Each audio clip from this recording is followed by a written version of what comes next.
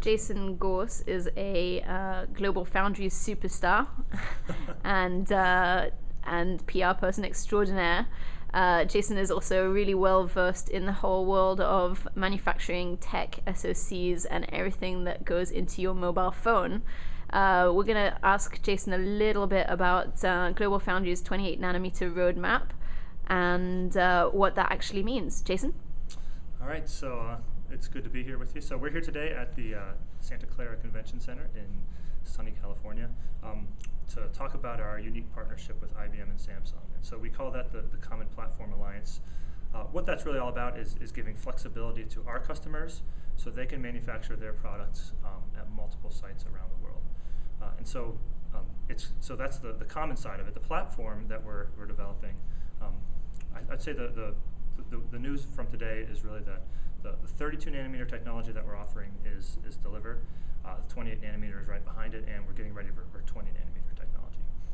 So the 32 nanometer technology is qualified at both Samsung and GlobalFoundries, and we're in early production for our customers.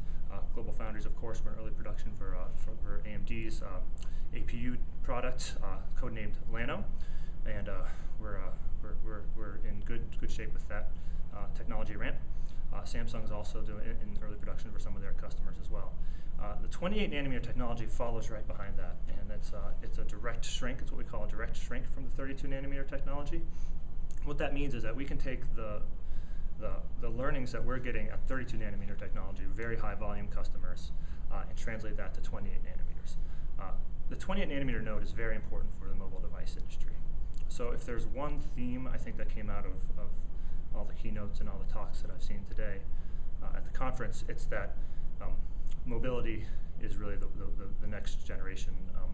It's really the wave of the future for the industry. It's all about trying to deliver a technology platform so that we can have smartphones and tablets, netbooks and notebooks, all of which that have higher performance and consume less energy. So that means longer battery life, or it means same battery life but with double, triple performance. Exactly. So the ability to be able to do more with your devices, and really with each generation, what we're seeing is that consumers are expecting more from particularly from their mobile devices. And so we've got cell phones now, we've got smartphones now with processors in them that would have been run laptops just a few years ago. And we're moving to a place where we've got multiple smartphones on the markets that are running at 1 gigahertz or more. We're moving into the 2 gigahertz range as we get into the 28 nanometer generation. So really it's about delivering that technology platform. So we're the providers of the technology platform. Our customers are the designers who actually design the products and bring them to market. But it's critical that we give them that technology that has the performance, the power, and also the area scaling. So what we're trying to do here is we want to deliver the 50% area scaling that the industry has come to expect from each technology node. And so we did that for going from 40 to 28, and we're going to do that again going from 28 to 20. And that was, so in terms of the 20 nanometer technology, you heard some more details on that today. So going from 40 to 28 it's hard, but going from 28 to 20, some people would have said about a couple of years ago that would be impossible. Can you talk me through some of the challenges that you guys have had to face? And I mean, it's obviously, you talked about shrinking before from 32 nanometers to 28. It's obviously not as simple as just shrinking. Right. Tell me a little bit about the difficulties and some of the challenges that you guys have had to overcome. Sure. So as we got to the 45 nanometer generation, really the big problem that has come up in the industry is what we call leakage. And it's really basically, it's the loss of power drains out of chips when they're on standby mode. And so the way that we've addressed that is through a technology called high-K metal gate. And it's a very complicated technology. I won't go into great depth, but really what this allows us to do is to control leakage so that we don't lose the power we don't lose the power from a device, and we can keep battery life up.